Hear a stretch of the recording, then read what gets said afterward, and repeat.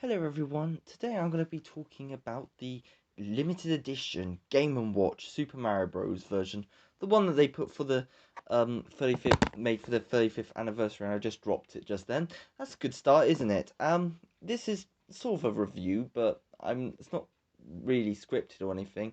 Speaking of reviews, obviously there is the Sonic Adventure 2 review that I am still writing. I just want to say, don't expect it anytime soon. I want it to happen, but I'm just busy doing other things, and it's just keeps being back on my mind, and I keep wanting to just do other things as well. So it's just a little bit. I don't expect it for a while, put it that way. However, I'm thought to do this review a bit more off script. However, I it hopefully will keep the quality of it. I will put some footage on the background about it. So I hope you enjoy this video, and let's get started. So the first thing I guess to talk about it is the box, because it's the first thing you see, and I like the box. It's just a little cool. It's just quite golden. I think it's based off the original design that of the boxes for the Game & Watches in America. I have never actually seen a Game & Watch. I haven't even got a Game & Watch other than this version, and so I haven't got any of the original ones at all. But from what I know, it is pretty much the same design, and that's pretty cool. There's also a cool little overlay that you can put over it, so to add some Mario theming on it. And there's like a little thing saying special thanks to you on the like the top flicky bit, and it even hints about one of the special things you can find in the game with. But yeah, the Game & Watch, pretty cool box. The Game & Watch itself looks pretty nice with red plastic and gold plating on front. Just makes it look nice pretty much. The buttons are quite low down on the Game & Watch, and even though I have no problem with this, according to some people, it does make it quite difficult for them. So even though for me it's not a problem, for some it might. The actual buttons themselves, the A and B buttons are quite squishy, and I quite like the feel of it. Again, this is slightly, you might like them, you might not like them, but I quite like them like that. The D-pad, on the other hand, see what I did there, works pretty well. It feels like the NES Classic controller D-pad, and that's fine. It's not my favourite D-pad in the world, but it does its job fine, and that's all I got to really say about the D-pad, really. These two last things are to do with more modernizing the Game & Watch, and that is to do with the screen being a more modern screen in color and everything. It looks nice. There is not much to say about it really, but it looks nice, and even though it can get fingerprints on it if you put your finger on it, it's easily cleanable, and so that's good. The other thing is it does use a USB charger. The modern ones that are used also on the Switch and stuff. There might be, I know there's a technical name for it, but because I am super professional, I don't use these technical words because that's just too easy and helpful for everyone else. So yeah, they use a USB. Um, so yeah, they're both very good.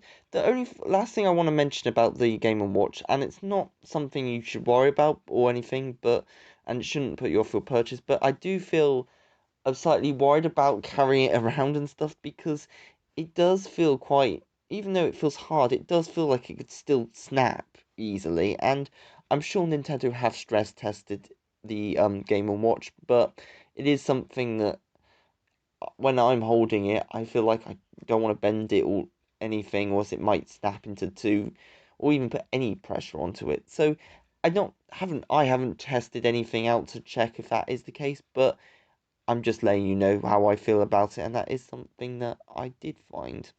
So let's talk about the actual when turning it on and what you can do with it.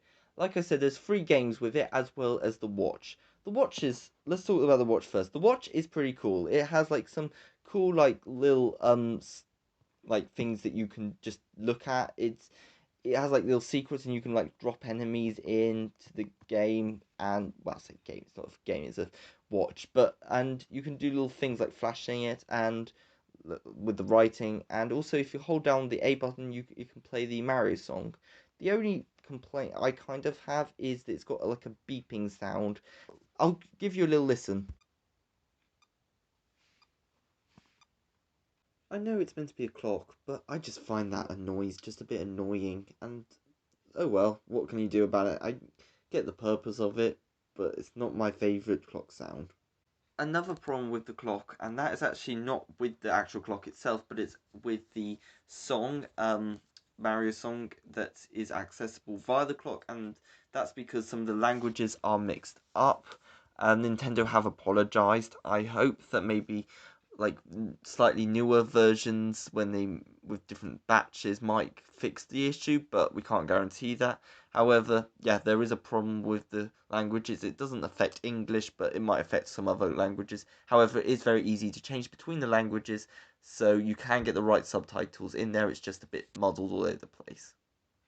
But other than that, I think the clock is pretty cool. It's like the main home screen and stuff, and it's pretty fine. And you can also see it when you click on pause and set. That can also will bring up the clock on the corner. It is also quite easy to set the time.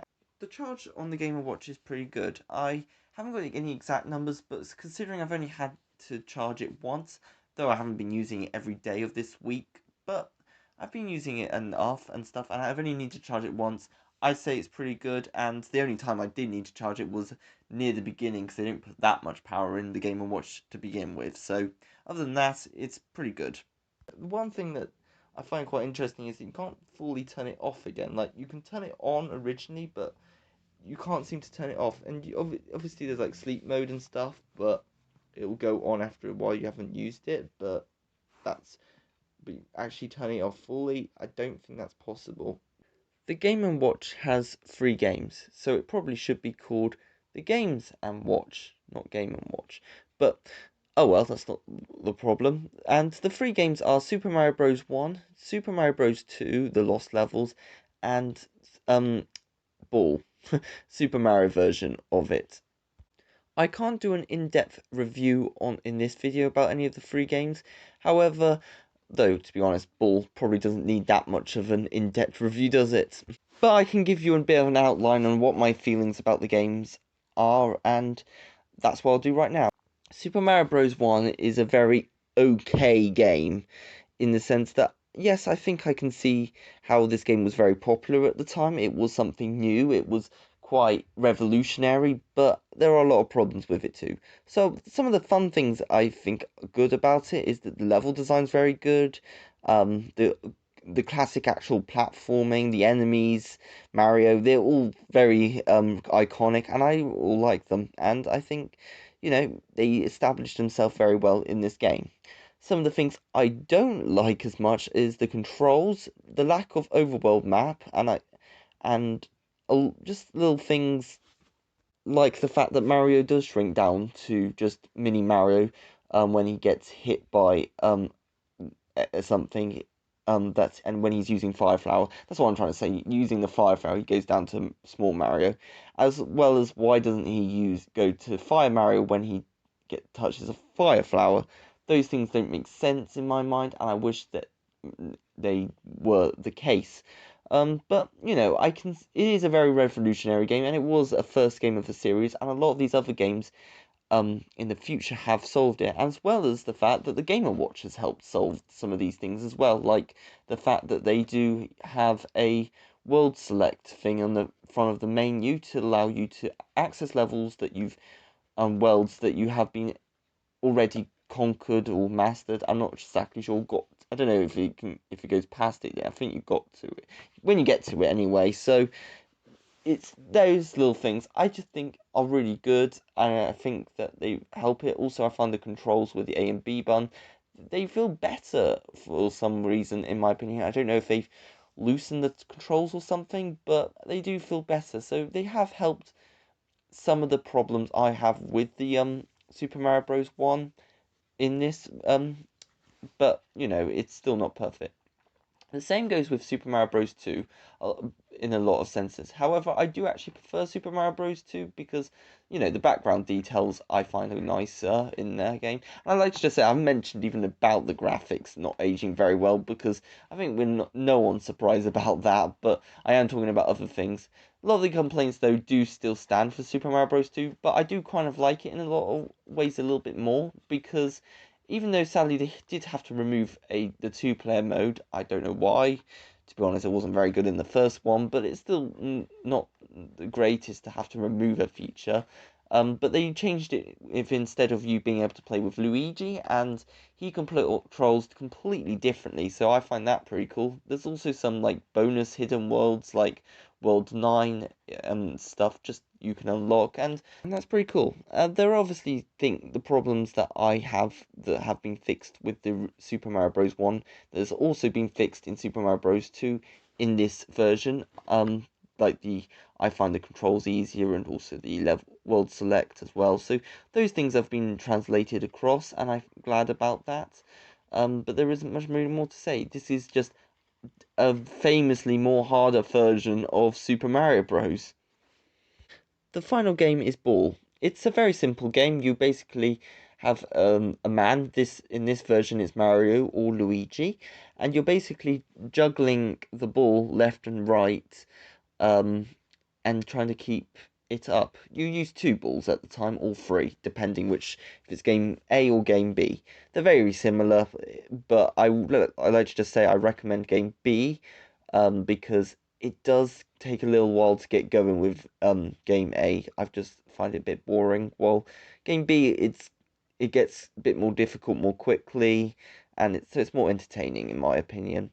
And so I recommend game B more than game A, but obviously if you're struggling with game B, go with game A. But yeah, you're basically juggling a ball left or right, moving Mario or Luigi's arms, and to capture the ball to make sure it doesn't go onto the ground. So that is simply the game. It's a fun game. You're just trying to get a high score. It's quite arcadey, but it's a fun game to pass some time.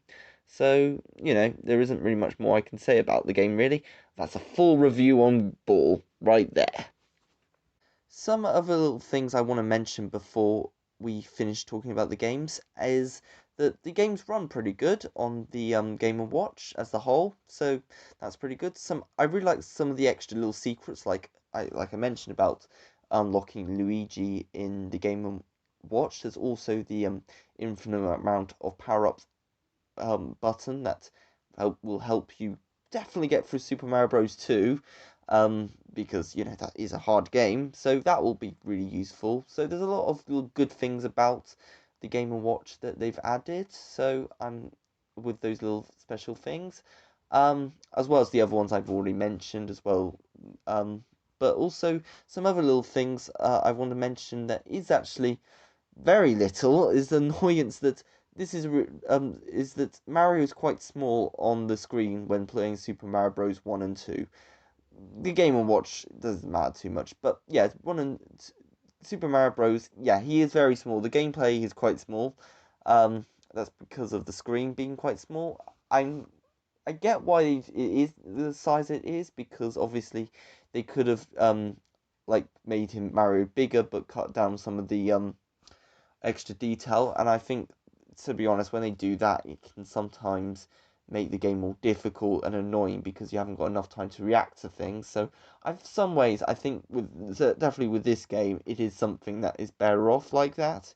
However, it does mean that Mario is pretty small on the um, Game and Watch itself. So it is a bit annoying, but I think that is a pain that we can cope with. I do think, in my opinion, that I think even though Super Mario Bros. 1 and 2, I'm not the biggest fan, I do think this is, other than maybe the deluxe one on the Game Boy Color with Super Mario Bros. 1, I haven't played it, but I know it's pretty good. I think this is possibly, with the original game, this is possibly the best version to play it with some of the extra added stuff, as well as it feels like a bit more pure like game without using save slots and stuff. I think it's probably, in my opinion, some of the best way to play it, so that's good. I think that's all I really need to say. But yeah, overall the games run pretty well, and they're pretty fun to play. And for what they are, they're not anything amazing, but I don't expect anything much. So that's pretty cool.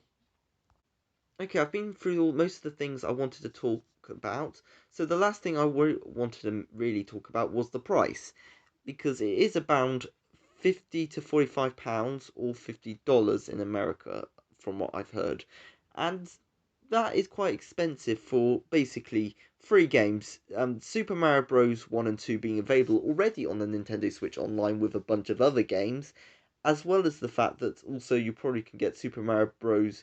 1 also like on the Wii U, and it is on the in the classic NES Classic edition. So, it's been in a lot of places. The only game I think slightly less common is probably Ball, but it's Ball. So you're not gonna get it's not like the most revolutionary game in the world, is it? So, is it really worth the price? Well, my thought is that if you went and watched the Super Mario Bros. Direct earlier this year and saw it, and what were your first thoughts? Because I don't feel it's something you can really struggle to make a decision on. Because it's something that you either do want or you don't care about, and it is something that's pretty cool, and it is limited edition, but is it something that you would want to play with? Because it is something pretty cool, and it is a snazzy little piece of hardware. It's also quite cool for collectors and stuff. But like I said earlier, the games are available in a lot of places, and you know, how much fun can you have if you've already played it and you don't really want another shot at Super Mario Bros. Or anything? It's hard to say, but I think it is pretty cool, and I am enjoying it and loving it. But I can imagine there are a lot of people who are the complete opposite to me on that, because there aren't many. Most, like I said, Super Mario Bros. Is available in a lot of places, and that's cool. If you haven't played any of the free games for some reason, then yeah, I would definitely say it's probably worth to have at least a go at the games, because I know, even though I don't think Super Mario Bros. Is the greatest in the world, a lot of people do love the game, and it is definitely all all three of those games are very historical in the video gaming industry, so it is pretty historical in a lot of ways. So that's my thought about it. Do you agree or do you disagree? And I hope you enjoyed this video, and thank you for watching, and goodbye everyone.